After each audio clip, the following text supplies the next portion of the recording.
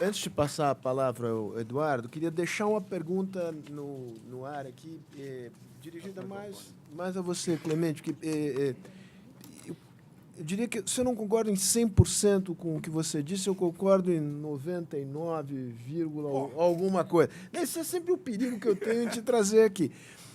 A pergunta que eu deixo no ar é o seguinte: tanto quanto eu saiba, e você me corrija se as minhas informações estiverem erradas, durante o governo Lula, no âmbito do Conselhão, ou de um subgrupo dentro do Conselhão, se avançou de maneira muito positiva na direção de um acordo nas linhas que você aqui traçou. Eu me lembro de um depoimento do Hélio Zilberstein, aqui também na Fundação, dizendo que nós chegamos... Por que empacou? Por que não foi para frente? Eu acho que é bom a gente trazer esse tema no momento oportuno, mas agora a palavra é do Eduardo. Você fala daí, Eduardo? Fala daqui. Aí eu consigo tocar daqui. Bom dia a todos, a todas. Eu queria inicialmente agradecer, Sérgio, o convite que me foi feito. E eu fiquei com a parte pior, né? Porque advogado falando de lei no final aqui da apresentação é chato, cansativo. Não, e ainda mais depois do Clemente ter dito que a lei é a encarnação do demo, do mal, e falou que é uma possessão demoníaca. Fica difícil a gente conseguir agora falar alguma coisa de positivo com relação à lei. Mas enfim, eu vou me atrever, então, aqui a colocar alguns pontos objetivos da questão da lei da reforma trabalhista. E não vou conseguir, logicamente, pouco tempo para a gente poder atacar todos os pontos, mas eu procurei nesses slides aqui, são poucos, são 4 slides, colocar alguns fundamentos da legislação, da lei 13.467, que foi aprovada recentemente, que é a chamada reforma trabalhista. Bom, a primeira informação importante é deixar claro que esta lei ela tem uma filosofia, ela tem uma ideia, ela tem uma inteligência, ela tem um norte que ela segue para que haja uma lógica na sua estruturação. Qual que é a sua filosofia? O que essa lei vem propondo aqui? Ela, primeiramente, ela deixa claro que determinados direitos, somente alguns direitos determinados podem ser negociados diretamente entre empregados e empregadores. Não são todos. Eu estou dizendo isso por quê? Porque a gente ouve isso daqui, Sérgio, de alguns empresários. Bom, então agora a lei veio escancarar tudo, então eu vou poder fazer um monte de coisa. Puxa, agora... Eu escuto isso daqui, Clemente. Este é o jeito de você fazer a lei não dar certo. É você não entender o que está lá dentro e querer estragar uma lei toda, achar ou pensar que essa lei ela permitiu o oba-oba geral e permite que se afronte os trabalhadores, os sindicatos, a partir da premissa que pode negociar tudo. Não. A primeira mensagem que essa lei traz aqui, naquele quadrinho à esquerda lá em cima, está dizendo que somente alguns direitos, e não todos, podem ser negociados diretamente entre empregados e empregadores. Ataca um dogma do direito do trabalho? Ataca. Para o Ministério Público do Trabalho, ou para o juiz do trabalho, ou para o fiscal do trabalho, você negociar diretamente com o empregado, empregador negociando diretamente, isso daqui é uma blasfêmia. Por quê? Qual que é a premissa? Já foi colocado aqui, né? O empregado é hipossuficiente, o empregador é o capital muito mais forte que o empregado, ele impõe as suas regras. E que validade que tem essa negociação direta? Não pode. Isto é uma defesa que o Ministério Público do Trabalho está colocando aqui para declarar esse artigo inconstitucional. Essa premissa é verdadeira? De que não há possibilidade de que, na hora que você tem uma negociação direta entre empregado e empregador, você necessariamente precariza e manda esse cara para a idade média? Não. A premissa não é absolutamente verdadeira, ela é relativamente verdadeira. Por quê? Eu estou falando um pouquinho do dogma. Por que ela tem a presunção relativa? Porque se fosse verdade que empregado e empregador não pudesse negociar nada diretamente, toda empregada doméstica seria escrava. Aqui no Brasil. Onde não existe sindicato, onde existe a hipossuficiência e onde você parte da premissa que jamais poderia acontecer uma negociação direta entre essas duas partes. E digo mais ainda, hein? Nós estamos vendo hoje aqui, nessa questão, nesse exemplo que eu estou colocando aqui da empregada doméstica, ao contrário, né? Hoje tem falta de empregada doméstica, hoje é a empregada doméstica que diz para o patrão, dizendo, olha, se você quiser me contratar, tem que me pagar tanto. É quase que uma hipossuficiência invertida, subordinando o capital ao seu desejo, por conta da lei da oferta e da procura. Essa premissa eu estou colocando aqui para mostrar que é possível que se negocie alguns direitos diretamente com os empregados, mas não todos. Isso já vinha acontecendo com a questão das férias, parcelar as férias em 2 vezes, 3 vezes, sair mais cedo, chegar mais tarde. E já existiam várias negociações diretas sem que isto implicasse realmente numa remissão à condição análoga a escravo. Eu estou só colocando essa reflexão para, a partir dessa premissa, mostrar que esses dogmas que estão sendo ditos aqui devem ser refletidos, porque nós precisamos desmontar essas crenças que têm presunção absoluta. A segunda mensagem que essa lei manda é de que, da mesma maneira que determinados direitos, somente alguns direitos você pode negociar diretamente, outros direitos, você, trabalhador, empregado, só pode negociar mediante acordo ou convenção coletiva. Não é permitido negociar tudo diretamente, que é a segunda premissa.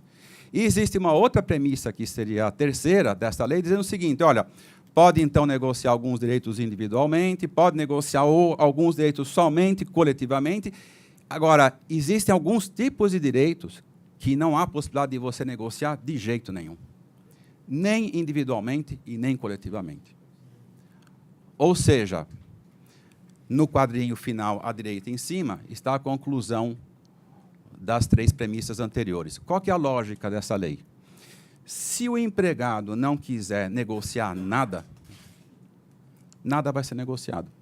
E acontece o quê com ele? Ele perde direitos? Não, ele continua mantendo aqueles direitos que ele já tinha na consolidação das leis do trabalho e na Constituição Federal. Ou seja, não existe retirada de direito nenhum aqui. Ah, mas sabe o que é, Eduardo, o empregado? Qual a força que o empregado tem para dizer não? Se, por acaso, o empregador quiser fraudar essa premissa e negociar de uma maneira impositiva e com vício de consentimento, dolo, coação, fraude, o Ministério Público está aí, a Justiça do Trabalho está aí, o Fiscal do Trabalho é denúncia e o sindicato está aí, para que ele receba a denúncia e feche a empresa. É isso que precisa acontecer com a empresa que negocia assim. Nós não estamos falando aqui da má empresa, nós estamos falando aqui das empresas boas, daquelas que estão tentando fazer a coisa certa, como muito bem foi dito aqui. Bom, então, no final das contas, o resultado final dessa lógica está naquele quadrinho à esquerda embaixo, o primeiro quadrinho. A Lei 13.467, ela preserva todos os direitos, aqueles já garantidos pela CLT, não precariza direito nenhum, porque não pode retirar direito do trabalhador, porque se retirar esse direito é fraude, e a empresa vai ser punida. Aliás, as multas aumentaram justamente para punir o mau empregador. E ela não retirando direitos nenhum, ela não só consegue fazer ela não só consegue, ela vai em busca disso. Ela não só não retira os direitos já consolidados e garantidos pelo trabalhador, como ela amplia o rol de direitos que ele pode usufruir através da negociação coletiva. Concluindo, na minha opinião, esta lei não só retira, como ela amplia direitos para o trabalhador. Esta é a minha primeira leitura que eu faço da lei. Bom, dito isto, o que mais essa lei traz aqui, além de ter a sua filosofia, a sua inteligência já colocada, ela traz o quê? Ela traz uma novidade. E aqui eu me arrisquei, vou invadir um pouco a seara aqui dos meus amigos, os economistas, e se eu estiver falando muita besteira, vocês me corrijam. Ela faz uma abordagem socioeconômica das relações de trabalho, não é só social. Não é só social. Ela vem nesse sentido, protegendo o quê? O emprego. Não só o empregado.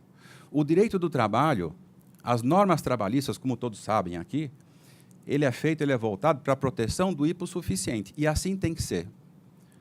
Eu nunca falei isto, e não sou, e repito isso, de forma nenhuma aqui, eu sou a favor de rasgar a CLT, acabar com a justiça do trabalho, não é isto.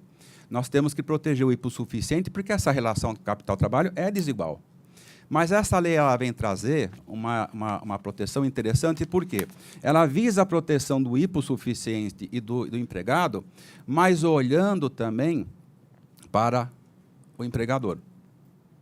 No final das contas, nós podemos entender, seguindo esta premissa, de que esta lei, a 13.467, ela vem proteger o emprego, e o emprego entendido aqui, como foi dito pelos meus colegas anteriormente, o emprego é... Quem que é o emprego? O emprego é a composição da empresa com os empregados. Não há como nós dividirmos isso, e é este que me parece, né, André, que nós temos discutido muito, é um nervo exposto aqui do direito do trabalho. Ou se discute as normas trabalhistas única e exclusivamente sob a ótica dos seus direitos e sob a ótica social, ou então desvincula-se da ótica social e vai se falar somente dos custos. O direito é fenômeno socioeconômico. E é isso que essa lei traz aqui, proteção ao emprego, olhando para as questões da proteção do hipossuficiente, com a capacidade econômica para aquele que gera emprego de pagar cada um desses direitos. O direito do trabalho é manifestação socioeconômica, que eu coloquei lá embaixo, é um fenômeno social de natureza econômica. E por quê? Porque para cada direito existe um custo correspondente, e não existe direito se não tiver alguém que pague por ele. A coisa é muito simples assim. Nós precisamos lutar pela existência dos dois, Clemente. Você tem razão, do trabalhador e da empresa. E se houver essa dicotomia, eu gosto do meu emprego, mas não gosto do dono da empresa, e você radicaliza isso, você rompe essa lógica, nós não conseguiremos chegar a lado algum. Então, esta lei aqui, ela traz, eu coloquei essa novidade aqui, porque eu vejo, quando eu li a lei pela primeira vez, eu vi que ela teve uma preocupação muito grande com a questão da proteção dentro daquela filosofia que a lei traz, e também olhando para as questões econômicas, olhando para aquele que banca, para aquele que consegue fazer com que esses direitos existam. E como o direito do trabalho ele é um fato econômico, né, André, acho que isso aqui nós não temos dúvida.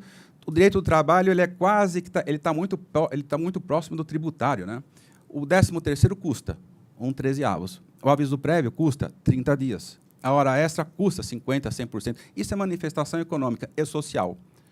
É manifestação socioeconômica. Esta lei ela traz uma proteção socioeconômica para as normas trabalhistas. Essa é a novidade que eu coloco aqui para nós refletirmos diante do que ela nos traz aqui em termos de pensamento. Bom, e qual que é o objetivo final dessa lei que foi posta aqui? Se nós formos ler aqui a lei, a gente percebe que existe muito claro esta premissa aqui.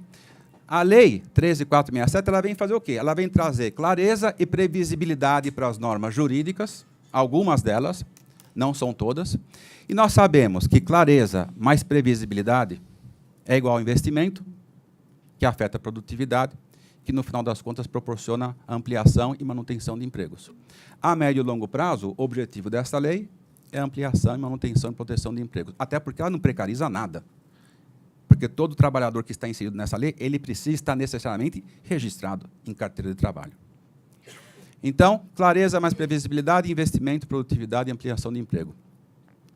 Eu coloco esse que é o objetivo final da lei. A curto prazo, nós temos alguns objetivos muito claros, mas a médio e longo prazo é isto.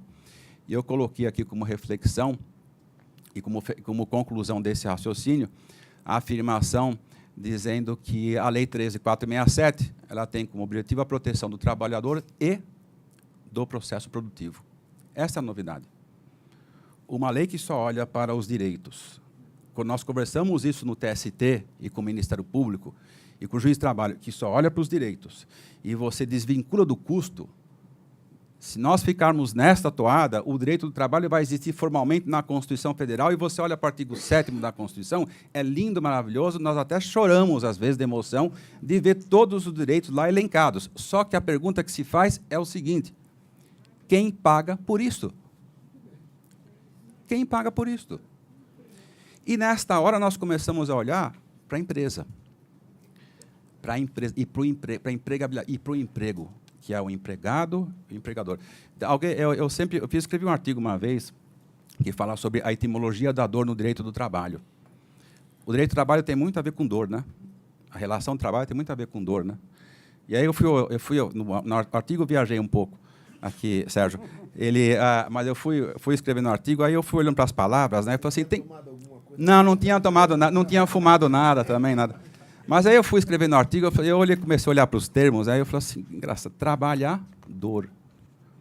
É aquele que cede sua força de trabalho para o capital, né, mediante a subordinação do artigo 3º da CLT. É uma situação, e é difícil mesmo, ele cede, compra-se a força de trabalho. Está aí, trabalhador. Né? Aí fiquei olhando olhei para os termos, aí eu falei, será que é só o trabalhador que sente dor? Né? Quem é que gera emprego? Né? Empregador. Né? Acho que ele também sofre na hora que ele dá um emprego, porque o cara tem que cumprir tanta coisa, tanta responsabilidade, que também ele sofre junto com o trabalhador. Né? Aí eu dei esse exemplo aqui, uma pessoa que estava escutando isso aqui, esses meus exemplos, me disse assim, Eduardo, você fala isso aqui porque você é autônomo, você presta serviços aqui, você é advogado. Eu falei assim, você acha que eu não sinto dor nenhuma? Na hora que eu começo a prestar serviços advocatícios, eu passo a ser o quê? Prestador de serviços. Né? Eu tenho vários empregadores, não um, né? Você estava fumado. Né? Acho que era baseado. Você está achando que é baseado, né? Mas, enfim. Voltando, então, aqui, eu só coloco essa premissa aqui, essa premissa fechando, para dizer que a novidade, entre aspas, do que essa lei traz é uma interpretação socioeconômica do direito do trabalho. Ih, ficou... está aqui. Não, ficou, acho que 3... Não, ficou faltando slide aqui. Adilson, devolve o slide. Ficou faltando slide. Esse foi para o céu. São quatro slides aqui, mas enfim. Bom, eu vou falar sem os slides. O que a lei, então, traz novidade também sobre o aspecto socioeconômico? No direito material do trabalho, ela propõe essa lógica da proteção do trabalhador, da questão do pagamento de cada um dos direitos, mas no campo processual do trabalho, também ela traz algumas novidades que têm um forte impacto no custo das empresas. Quando, por exemplo, ela estabelece litigância de má-fé, onde advogado de empregado e de empresa, os dois, não podem ficar enrolando o processo, porque podem tomar uma ação, podem tomar uma condenação de litigância de má-fé, e ela vai ser na ordem de 1 a 10% do valor da causa. Essa me parece uma premissa que tem um forte impacto no custo das empresas, porque nós sabemos que a questão processual é cara, e isto resolve, isto ataca, me parece que civiliza um pouco a questão do processo. As custas processuais também é uma outra premissa que vem aqui na lei. O empregado entra com uma ação trabalhista, ele não vai na audiência trabalhista, não justifica, a empresa gasta dinheiro com advogado, gasta dinheiro com estacionamento, um dia de trabalho do preposto, e você não tem pena nenhuma, não. Agora, se você, empregado, entrou com uma ação trabalhista, que é um direito teu, você não foi na audiência trabalhista e você simplesmente não justificou, vai pagar as custas processuais. Isso me parece justo. Mas eu quero entrar com uma segunda ação. Então, não, você entrou com a primeira e não pagou a primeira, paga as custas da primeira para você entrar com a segunda. E é risco só para o empregado? Não, para os advogados também das partes. Vai querer entrar com uma ação trabalhista pedindo 75 itens? Porque antigamente era assim, vocês pediam 75 itens, mas você, que na verdade, você queria 5. Aí você perdia 70 e ganhava 5, não acontecia nada. Agora, entrou com uma ação trabalhista com 75 itens, ganhou 5, perdeu 70, vai pagar os custos, a sucumbência em cima dos 70. Isso me parece que civiliza o processo. Os advogados não estão gostando disso. Eu, particularmente, estou gostando porque isso me parece que é um... Por que eu gosto? Porque o custo das ações trabalhistas e do contencioso trabalhista para as empresas é gigante, nós sabemos aqui. Então, veja que essa lei também veio atacar a questão processual para diminuir. O objetivo dela é diminuir o custo para as empresas. E nós sabemos que quando o empresário deixa de gastar com advogado, por isso que o advogado não está gostando, deixa de gastar com advogado, deixa de gastar com audiência, deixa de gastar com preposto, ele vai investir aonde? na produção, produtividade, gerando emprego e distribuindo renda. Então, esta é uma premissa que está na lei, sob o ponto de vista do processo de trabalho. O que eu coloquei antes aqui foi a premissa do direito material, algumas premissas do direito material. Sobre o direito processual, nós temos essas variáveis aqui, onde você entende que a lei ela vem buscar um pouco de mais racionalidade processual. E, no final das contas, esta lei aqui também, ela vem, ainda que ela não... Nem ela diria isso, mas, enfim, está embutido na sua lógica, na sua racionalidade, o seu pano de fundo. O que esta lei vem buscar protegendo, 5 minutos, protegendo o emprego, que é o empregado e o empregador, no final das contas. O que ela deseja aqui? Segurança jurídica. E me parece que, em termos de insegurança jurídica na área trabalhista, nós somos campeões mundiais aqui no Brasil, não é? Se eu perguntar aqui nessa sala quem é que já foi numa audiência trabalhista com um preposto, testemunha, a gente vai saber como é que a coisa é. E segurança jurídica. Isto me parece ser o principal ganho desta lei em termos socioeconômicos. Segurança jurídica. Esta racionalidade que nós precisamos, é isso que o Brasil precisa. Não é bom nem para o empregado, nem para o empregador. Por isso que ela vem trazer um artigo dizendo, por exemplo, que existe a demissão acordada. Onde olha, eu sou seu empregador, eu quero mandar embora o Sérgio. Sérgio, você pede as contas, vai embora aqui, porque eu não quero mais você. Não, Eduardo, você me manda embora, porque se eu pedir as contas, eu não ganho 100% do pagamento das verbas decisórias. Não, Sérgio, eu não vou mandar você embora, não. Fica aí, porque eu não quero pagar também. Vira o inferno. Não era assim? Aí, de repente, vem a lei e diz o seguinte, olha, paga metade da multa do fundo de garantia, paga metade da multa do aviso prévio, faz esse acordo aí, você, empregado, que já está saindo porque tem algum motivo para isso, vai buscar, você se liberta de mim porque você busca um outro emprego e eu também fico sem, eu acabo ficando sem você, mas consigo colocar uma outra pessoa porque estou vendo que você está insatisfeito e paga um pouco menos em cargos sociais. Essa lógica que está nessa lei, vejam que todos os artigos, eu falei só alguns aqui, mas todos os artigos que estão aqui na 13.467, eles olham para a questão da proteção e dos seus aspectos econômicos. Ou seja, segurança jurídica, é isso que essa lei busca. Não é perfeita. Não é perfeita. Vai precisar de ajustes, com certeza, acho que isso aqui, inclusive, faz parte do processo legislativo. Mas, de qualquer maneira, ela vem aqui buscar a segurança jurídica.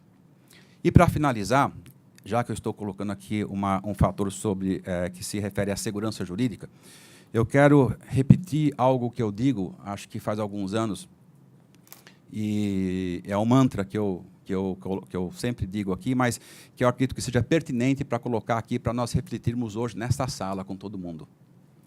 Todo mundo olha para a questão da segurança jurídica, para a lei, né? Primeira coisa, lei sozinha não corrige insegurança jurídica. Ninguém se engane, concordo com você, Clemente, que lê a lei. Mas agora está lindo, que maravilhosa lei. Não vai corrigir ela sozinha a insegurança jurídica. Sabe por quê?